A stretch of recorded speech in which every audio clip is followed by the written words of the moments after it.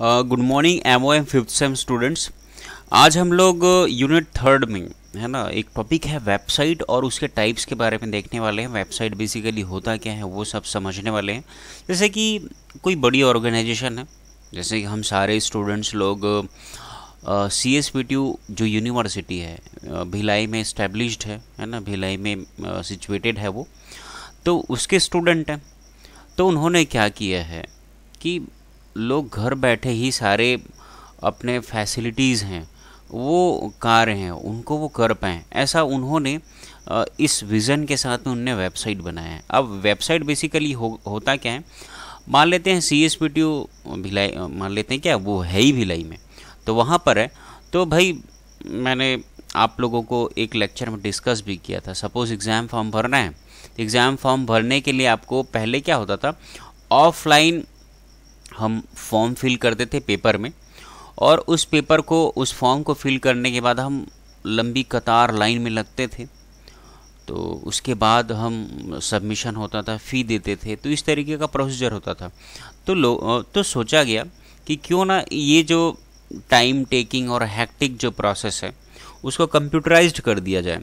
तो किया क्या गया कि एक वेब पेज डेवलप किया गया जिसको आप घर बैठे अपने मोबाइल, लैपटॉप या कंप्यूटर के थ्रू आप एक्सेस कर पाएँ और अपने फॉर्म की फिलिंग आप घर बैठे कर पाएँ।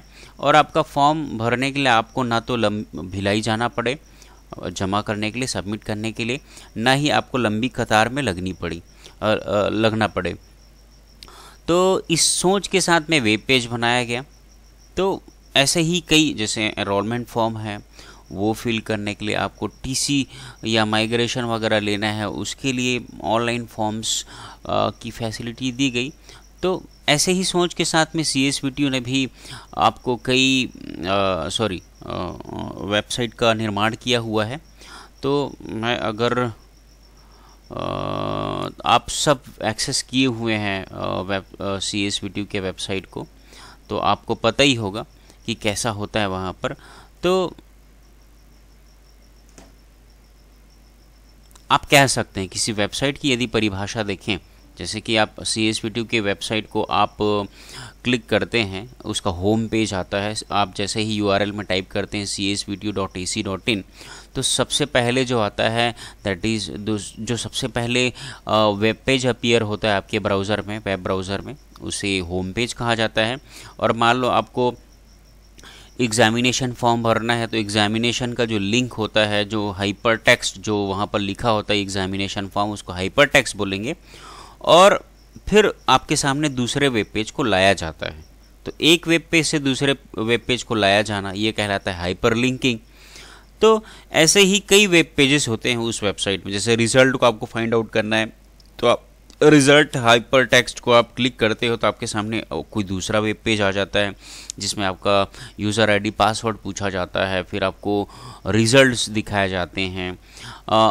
तो ऐसे ही आपको मान लो आपको एकेडमिक कैलेंडर देखना है, तो आप वो क्लिक करते हैं तो आपके सामने दूसरा कोई वेब पेज आ जाता है।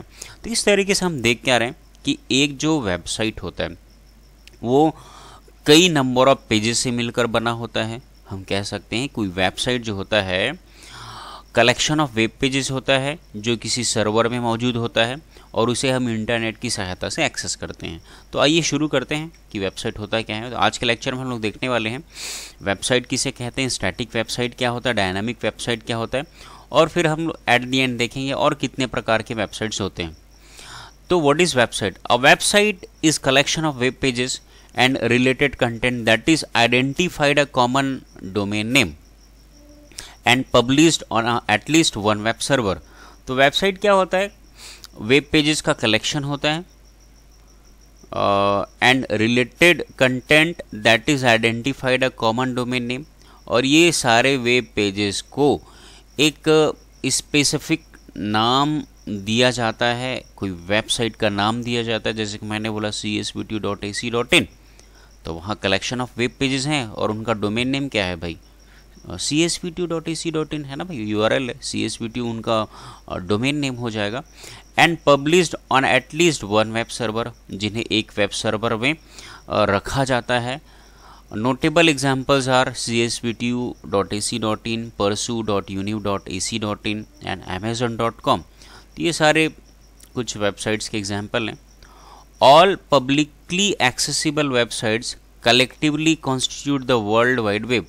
अब दुनिया में जितने भी वेबसाइट्स हैं, है ना, उनको हम पब्लिकली एक्सेस कर सकते हैं। तो उन्हीं वेबसाइट्स के कलेक्शन को हम वर्ल्ड वाइड वेब कहते हैं। There are also private websites that can only be accessed on a private network such as companies internal website for its employees। तो कुछ प्राइवेट कंपनीज भी क्या करती है, अपने वेबसाइट बनाती है जो केवल और केवल उसी कंपनी के एम्प्लॉयज़ को ही एक्सेसिबल होता है। उस वेबसाइट को उस पर्टिकुलर कंपनी के एम्प्लॉयज़ ही यूज़ कर पाते हैं। Websites are typically dedicated to a particular topic और purpose such as news, education, commerce, entertainment or social networking। Hyperlinking between web pages guides the navigation of site which often starts with the home page। तो ये जो websites होते हैं उनका निर्माण कैसे किया जाता है, कोई पर्टिकुलर पर्पस के लिए किया जाता है, कोई पर्टिकुलर टॉपिक के लिए किया जाता है। टॉपिक बोलें कि किसी मान के चलते हैं कंप्यूटर से रिलेटेड इंफॉर्मेशन प्रोवाइड करने वाला कोई वेबसाइट है ना। पर्पस क्या है, तो कोई न्यूज़ एजेंसी का कोई वेबसाइट है जो पर्टिकुलरली डिज़ाइन किया गया है न्यूज़ या इन्फॉर्मेशन को प्रोवाइड करने के लिए। तो हमने जाना कि भाई कोई वेबसाइट को किसी पर्पस या किसी टॉपिक के लिए क्रिएट किया जाता है। Users can access websites on a ranges of devices including desktop, laptop, tablets and smartphones। The software's application used on these devices is called web browser। और इन वेबसाइट्स को हम अपने डिवाइसेस जैसे डेस्कटॉप हो गया, लैपटॉप हो गया, टैबलेट हो गया, स्मार्टफोन हो गया, इनमें हम एक एप्लीकेशन सॉफ्टवेयर यूज़ करते हैं वेब ब्राउज़र, उनकी सहायता से इनको एक्सेस कर सकते हैं हम। स्टैटिक वेब पेज वेबसाइट्स, तो स्टैटिक वेबसाइट्स क्या होते हैं, जैसे कि कुछ वेबसाइट का जो इन्फॉर्मेशन है ना वो कभी नहीं चेंज होता है। कुछ वेबसाइट्स का जो इन्फॉर्मेशन है वो कभी नहीं चेंज होता है। जैसे कि हम कुछ वेबसाइट विकिपीडिया के देखते हैं, ठीक है, और उनके जो कंटेंट है ना वो हर यूज़र्स के लिए सेम रहता है। या तो हम अभी देखें तो 2 साल बाद भी देखें ना तो उसका कंटेंट लगभग सेम रहते हैं। तो इन्हें कहा जाता है स्टैटिक वेबसाइट्स, है ना, जिनका कंटेंट जो है चेंज नहीं होता है। ऐसे वेबसाइट को बोला जाता है स्टैटिक वेबसाइट।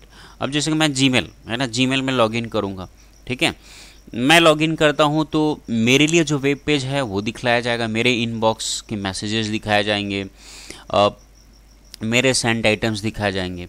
मान के चलो कोई और XYZ पर्सन है, वो अपने जीमेल अकाउंट में लॉगिन करता है, तो आप पाएंगे भाई उनका आईडी पासवर्ड, तो उनका वेब पेज अलग होगा। तो उस वेब पेज का कंटेंट देखो, मैं अपने जीमेल अकाउंट में अगर लॉगिन करता हूँ तो मेरे लिए उस पर्टिकुलर वेबसाइट में जो वेब पेज दिखाया जाएगा मेरे इनबॉक्सेस के मैसेजेस रहेंगे। और कोई पर्टिकुलर पर्सन XYZ उसमें लॉगिन करता है अपने जीमेल अकाउंट में, तो उसके लिए उस वेबसाइट के द्वारा दिखाया जाने वाला जो वेब पेज है उसका कंटेंट अलग रहेगा, क्योंकि उनके इनबॉक्सेस के मैसेज अलग, मेरे इनबॉक्स के मैसेजेस अलग। तो आप पाएंगे कि कुछ ऐसे वेबसाइट्स होते हैं जो यूज़र के आधार पर, यूज़र के नीड के आधार पर अपने वेब पेज के कंटेंट को, डेटा को, इन्फॉर्मेशन को चेंज करती है। ऐसे वेबसाइट्स को डायनामिक वेबसाइट्स कहते हैं। और जिनके कंटेंट और डेटा चेंज नहीं होते हैं over the period of time, उन्हें स्टैटिक वेबसाइट कहा जाता है। The websites whose content does not change, जिनका कंटेंट चेंज नहीं होता है उन्हें स्टैटिक वेबसाइट बोलते हैं। A static website content web pages with fixed content, इनके कंटेंट फिक्स्ड होते हैं। Each page is coded in HTML and displays the same information to every visitor. HTML एक लैंग्वेज होता है, उसके द्वारा इनकी कोडिंग की जाती है और इन वेब पेजेस को बनाया जाता है, और इनका कंटेंट जो है हर विजिटर के लिए सेम रहता है। Static sites are the most basic type of website and are the easiest to create. ये सबसे बेसिक टाइप के वेबसाइट होते हैं और इन्हें ईजी होता है क्रिएट करना। Static site can be built by simply creating a few HTML pages and publishing them to a web server। Static website है उन्हें क्रिएट करना बड़ा आसान होता है और इन्हें किसी वेब सर्वर में पब्लिश भी आसानी से किया जा सकता है। डायनामिक वेबसाइट जैसे मैंने बताया जिसका कंटेंट चेंज होता है over the period, over the need of and over the age per the visitors, उन्हें बोला जाता है dynamic website. Dynamic websites contain web pages that are generated in a real time. जैसे कि मैं अमेजॉन शॉपिंग वाले वेबसाइट में visit करता हूँ, ऊपर में एक बॉक्स है जिसमें लिखा हुआ है एंटर योर ब्रांड नेम। मैंने सैमसंग डाला तो इसमें पूरे सैमसंग के ब्रांड्स और उनके प्राइसेस, उनका मॉडल नंबर्स का इन्फॉर्मेशन दिखाता है। मैंने जैसे ही रेडमी करके उस बॉक्स में डाला तो उस वेब पेज में सारे रेडमी के मॉडल्स और उनके मोबाइल्स और उनके इन्फॉर्मेशन दिखाए जाएंगे। तो वो रियल टाइम में जनरेट होते हैं ऐसे वेब पेज के जो कंटेंट है। This web page include web scripting code such as PHP और ASP। When dynamic web page is accessed, the code within the page is passed on the web server and the returning HTML is sent to the client's web browser। तो ऐसे जो web page है वो PHP, ASP, HTML code के द्वारा बनाए जाते हैं। Most large websites are dynamic since they are easier to maintain than static websites। है ना, डायनामिक वेब पेज को मेंटेन करना बड़ा आसान है ना। नंबर ऑफ वेब पेजेस कम होते हैं, कम लगते हैं, जबकि स्टैटिक में नंबर ऑफ वेब पेजेस ज़्यादा होते हैं। This is because static web pages contain unique content, meaning they must be manually opened, edited and published whenever a change is made. Dynamic web page on the other hand can access information from database, therefore to alter the content of dynamic web page the webmaster may only need to update database record. This is especially helpful for large site that contain hundreds of thousands of page. It also makes it possible for multiple users to update the content of a website without editing the layout of the page। देखो dynamic web, static web page में क्या होता है, आपको मान लेते हैं एक वेब पेज है, उसी वेब पेज में आप है ना, आपको स्टैटिक वेबसाइट में की बात करें, अगर आपको मॉनिटर के बारे में इंफॉर्मेशन चाहिए, कीबोर्ड के बारे में इंफॉर्मेशन चाहिए, आपको माउस के बारे में इंफॉर्मेशन चाहिए, CPU के, तो उसके लिए अलग अलग आपको वेब पेज बनाने पड़ेंगे। ठीक है, बट डायनामिक वेब पेज में क्या होगा, पेज एक ही रहेगा, उसका डेटा मात्र चेंज होगा। वो डेटा कहाँ से आएगा, डेटाबेस से आएगा। तो एक वेब पेज में आप बहुत सारे क्या बोला जाए आइटम्स के बारे में इंफॉर्मेशन दिखा सकते हो। फॉर एग्जांपल मैं एक वही वेब पेज है, उसमें एंटर ब्रांड नेम, मान लो आपने सैमसंग डाला तो उसी वेब पेज में सैमसंग के इंफॉर्मेशंस आ जाएंगे। और मान लो आपने ब्रांड नेम डाला रेडमी, तो उसी वेब पेज में रेडमी के सारे मॉडल्स आ जाएंगे। तो देख लो पेज एक ही है, लेकिन मात्र उसका डेटा चेंज हो रहा है। वो डेटा कहाँ से आता है, डेटाबेस में। अब मान लो स्टैटिक वेबसाइट में हमें अगर computer, monitor, CPU, mouse, keyboard के बारे में इंफॉर्मेशन तो 5 जगह अपडेट करना पड़ेगा आपको, मान लो किसी चीज़ में अपडेट करना है तो। और यहाँ डायनामिक वेब पेज में क्या होता है, ओनली डेटाबेस में चेंज करो, डेटा चेंज होगा और वो डेटा जो है सिंपली एक वेब पेज में रेंडर कर दिया जाता है। Dynamic website that access information from database are also called database driven websites. Dynamic websites में चूँकि डेटा जो है वो कहाँ से आता है, डेटाबेस से आता है, इसीलिए इनको डेटाबेस ड्रिवन वेबसाइट कहा जाता है। अब देखते हैं टाइप्स ऑफ वेबसाइट।